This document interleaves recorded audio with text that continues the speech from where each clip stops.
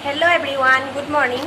কি খবৰ সকলোৰে আশা কৰোঁ সকলো ভালে আছে মোৰো ভালে আজি মই এতিয়া শুই উঠি গা পা ধুই মেলি ৰেডি হ'লো অলপ ফুৰিবলৈ যাম ভিডিঅ'টো চাই থাকিব ফুৰিবলৈ ঠিক নহয় মানে আসলতে বজাৰ অলপ কৰিবলৈ আছে মোৰ বজাৰ নহয় আমাৰ এয়া আলহী আমাৰ বা জেঠাই ঘৰৰ বা হয় তাই বজাৰ অলপ কৰিবলৈ আছে তাইৰ লগত যাম আৰু ভণ্টি আহি আছে ভণ্টিও বজাৰ কৰিব মাহী ঘৰৰ ভণ্টি চাই থাকিব ভিডিঅ'টো এয়া ওলাই মেলি হৈ গ'ল এতিয়া যাম আৰু এনেকৈ ওলাইছোঁ আৰু ইমান গৰম এইফালে দুজনী ভণ্টি তাৰপিছত এইপিনে এজনী বা আহিছে এখন কোনে চলাব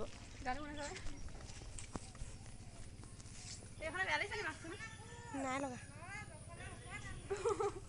উপায় গুচি আহ জপনাখনৰ আমাৰ বাইদেউ ওলাইছে আৰু এখন মোৰ স্কুটি বাইদেউ ওলাইছে তই চলাবি দে হেল্ল চলাবি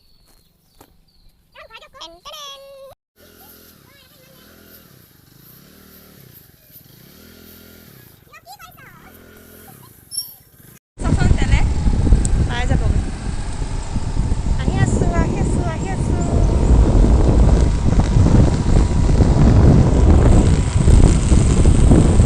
কিনো ওলালে আৰু দেই মুখৰ লগা যোৱা লিপষ্টিকখনো নোলায় মানুহৰ আগত লিপষ্টিকখন লৈও লাভ নাইকিয়া হৈছে আৰু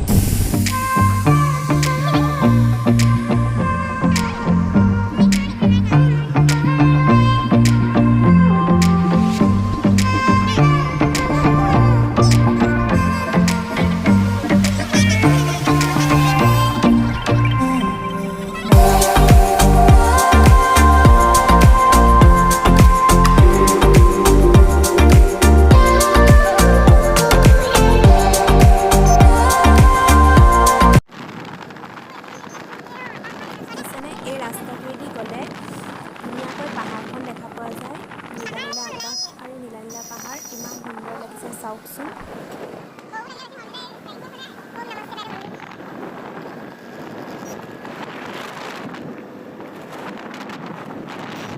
আইচক্ৰীম দুটা খাই ল'লোঁ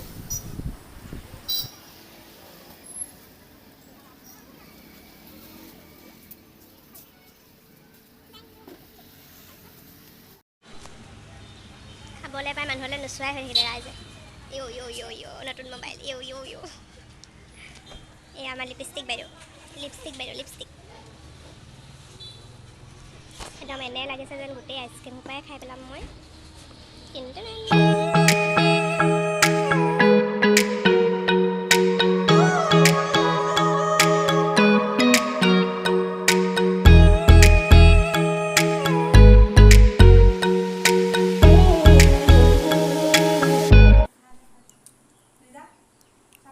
ক'ৰবালৈ গ'লে মিঠাই নোখোৱাকৈ আহিবলৈ মন নাযায় সেইবাবে মিঠাই এটা খাই ল'লোঁ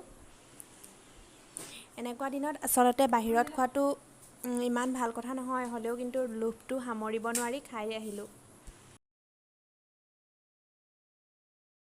বায়ে দুযোৰ চেণ্ডেল লৈছিল মই চইচ কৰি দিছিলোঁ কোনযোৰ পিন্ধিলে ভাল লাগিব তাৰে অকণমান ভিডিঅ' কৰি থলোঁ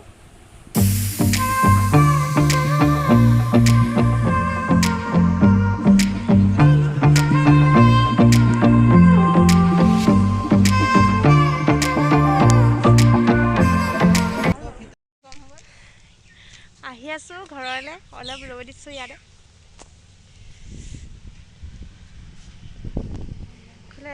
গছ এজোপা আছে গছৰ তলতে ৰৈ দিছোঁ অলপ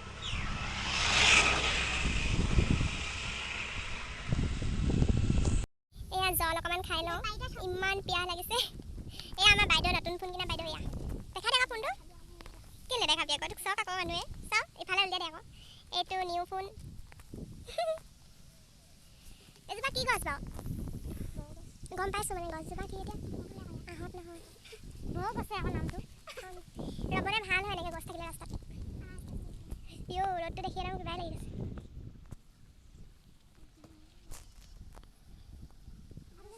এইপিনে এখন দলং আছে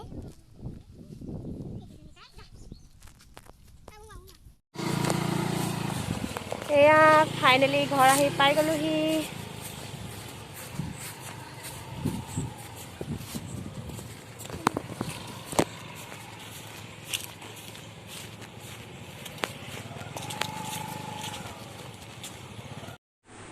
আমি আহি মেলি গা পা ধুই আজৰি হ'লোঁ। এতিয়া এয়া গোটেইকেইজনী ভাত পানী খাই শুই আছোঁ। এয়া ৰাইজে মোবাইল পিটিকি পিটিকি এয়া মাছ মাৰি মোবাইল পিটিকি আছে। মই এতিয়া শুই উঠি দুখনমান মেখেলা চিলাবলৈ লৈছোঁ, বোৱা মেখেলা। এয়া এইকেইখন বোৱা মেখেলা চিলাম এতিয়া।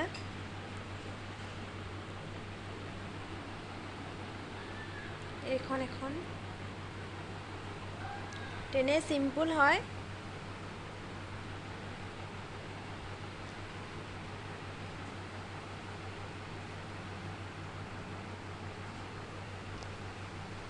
এইকেইখন এতিয়া মই চিলাই লওঁ।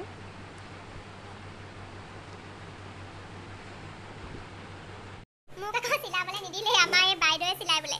এয়া বাইদেউ চাহ, বাইদেউ এইফালে ঘূৰি দিয়া আকৌ বাইদেউ। চাহ কাপোৰখন আঁতৰাই লোৱা আকৌ, সূতাডাল ভৰাই লোৱা ভালকৈ।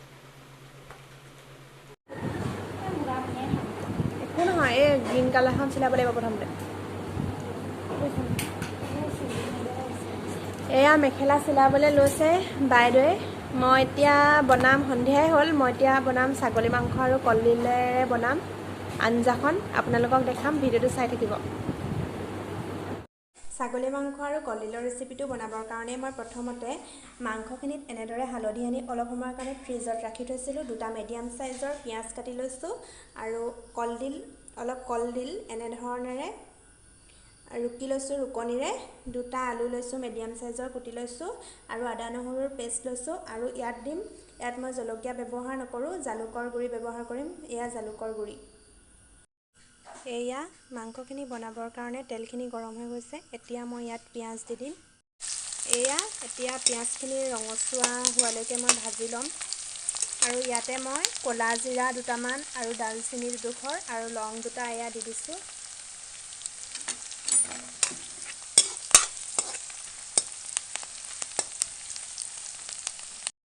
এয়া পিঁয়াজখিনি ৰঙা হৈ যোৱাৰ পিছত ইয়াত মই মাংসখিনি এনেদৰে ভাজি আছোঁ।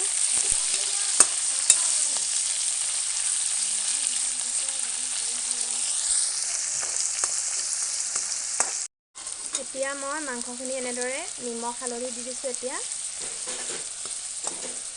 এনেদৰে লৰাই আছোঁ। এতিয়া মাংসখিনি এনেদৰে নিমখ হালধি দিয়াৰ পিছত গেছটো বঢ়াই দি এনেদৰে ঢাকনখন দি ঢাকি ৰাখিম আৰু মাজে মাজে লৰাই থাকিম। এয়া মাংসখিনি প্ৰায় আধা ঘণ্টামান সময় ভজাৰ পিছত মই ইয়াতে আলু আৰু কলডিলখিনি এড কৰি দিছোঁ। এতিয়া মাংসখিনি যেতিয়া ভাজি ফুটি উঠিব, তেতিয়া মই ইয়াতে দি দিছোঁ জালুকৰ গুড়ি, আদা নহৰুৰ পেষ্টখিনি আৰু এচামুচ মছলা। এতিয়া মাংসখিনি এনেদৰে আদা নহৰুৰ পেষ্ট দি অলপ সময় ভজাৰ পিছত এয়া মই এনেদৰে অকণমান পানী দি দিছোঁ উতলিবৰ কাৰণে। ভালদৰে সিজি লওক। এয়া মাংসখিনি ৰেডি হৈছে আৰু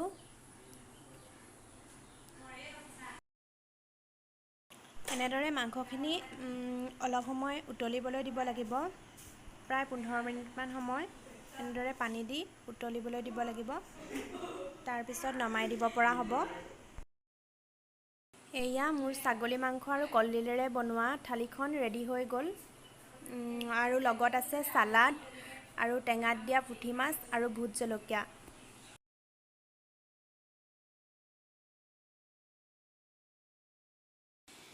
আজি মোৰ ভিডিঅ'টো চাই কেনে পালে কমেণ্ট কৰি জনাব। যদি ভাল পালে তেনেহ'লে লাইক কৰিব। আৰু যদি কোনোবা নতুন দৰ্শকে মোৰ চেনেলটো চাই আছে তেনেহ'লে প্লিজ ছাবস্ক্ৰাইব কৰি দিব।